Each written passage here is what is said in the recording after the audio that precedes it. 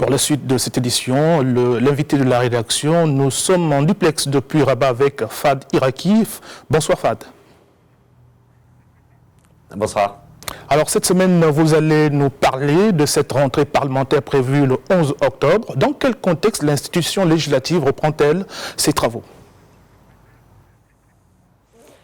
Comme vous le dites, la session d'automne de la troisième année législative va démarrer ce 11 octobre, le deuxième vendredi d'octobre, comme il est stipulé par la Constitution. Et cette année, il faut dire qu'il y a un contexte quand même assez particulier. Ça n'échappe à personne, tout le monde le sait. Il y a un grand changement qui est annoncé, que ce soit dans les rangs du gouvernement ou dans l'administration et les établissements publics. Alors on peut facilement dire que tout le Maroc politique retient son souffle en attendant un peu ce Big Bang qui va toucher les hautes sphères de l'État. Mais je veux dire, personne ne sait aujourd'hui précisément quand est-ce que ces nouvelles nominations, ce changement interviendra. Les observateurs estiment ou tablent plutôt sur ce mois d'octobre parce que les orientations royales prononcées dans le discours du trône avaient parlé de la rentrée, donc il faut entendre la rentrée politique et du coup la rentrée parlementaire. Et puis surtout parce qu'en ce mois d'octobre se tient généralement et traditionnellement un conseil des ministres qui est présidé par le roi, un conseil des ministres qui est, on va dire, incontournable quelque part parce qu'il doit valider le projet de loi de finances, le projet de budget qui, lui, doit être présenté devant les parlementaires au plus tard le 20 octobre. Ça aussi, ce sont, on va dire, des stipulations de la Constitution. Alors, en attendant, on va dire, ces nominations, les parlementaires préparent leur rentrée. Le président, en fait, le président de la première chambre, de la Chambre des représentants, M. Habib Malki, a réuni la semaine dernière les présidents des chefs de groupe de différents partis pour préparer, pour discuter de cette rentrée. Il y a même des dates qui ont été fixées, par exemple, pour la première séance des questions orales, prévue pour le 14 octobre.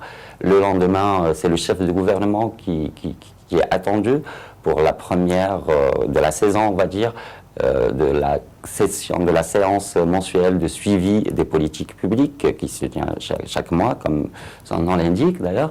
Et puis il y a aussi Driss Jto, le président de la Cour des comptes, qui est aussi prévu dans les premières semaines, la première semaine même, pour présenter le rapport annuel de la Cour des comptes. Donc il y aura ces activités, mais bien sûr, avant tout cela, il y a l'ouverture de la session le vendredi 11 octobre, avec le temps fort qui est le discours royal d'ouverture et qui marque justement le début de l'année législative. Et qui est très attendu. Vous avez parlé du projet de loi de finances. Que sait-on sur ce projet de budget de l'année prochaine? Alors, il y a bien sûr les chiffres, les prévisions, les hypothèses chiffrées qui vont être dévoilées certainement dans les jours à venir. Mais au-delà, il y a aussi, on va dire, le sens politique de cette loi de finances et qui, elle aussi, est un peu particulière cette année. Particulière pour deux raisons. C'est d'abord parce que c'est une loi de finances, c'est la première qui est concoctée par Mohamed Ben Chaboun.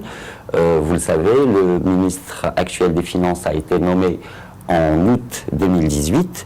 Donc, si vous voulez, pour le budget de cette année, le budget 2019, il avait pris quelque part, on va dire, les choses déjà en marche. Le processus était déjà lancé. Il l'a défendu, lui, jusqu'au bout, jusqu'à l'adoption, mais il n'a pas été initiateur, on va dire, de ce projet qu'il a dû rattraper, je veux dire, en cours de route.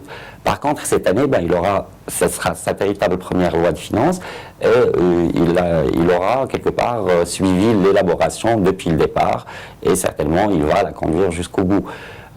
Maintenant, ce qui est intéressant, parce que M. Ben Chaboun est un ancien banquier et c'est un profil qu'on n'a pas eu ces 20 dernières années, on va dire, en tant que ministre des Finances à ce poste-là. Ça serait donc intéressant de voir un peu ce qu'il va apporter comme touche par rapport à ce projet de budget. Donc il y a cette particularité cette année, mais il y a aussi une deuxième spécificité pour le prochain budget. Et c'est peut-être la plus importante, c'est qu'il a été conçu en s'inspirant et en tenant compte d'une nouvelle loi cadre sur la fiscalité.